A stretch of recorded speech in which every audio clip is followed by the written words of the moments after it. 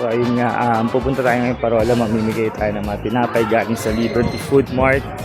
And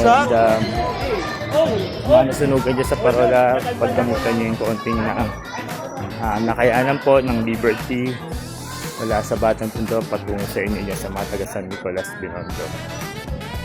Salamat po, salamat. So yun nga, nandito na tayo sa Barangay 275 sa may Parola, San Nicolas, kung saan may isang court dito tayo mamimigay katulong ng mga SK Kabataan. So project ng paminamigay po ito ng Liberty Food Mart, ng Wenin Tondo, pati ng Tondo dito.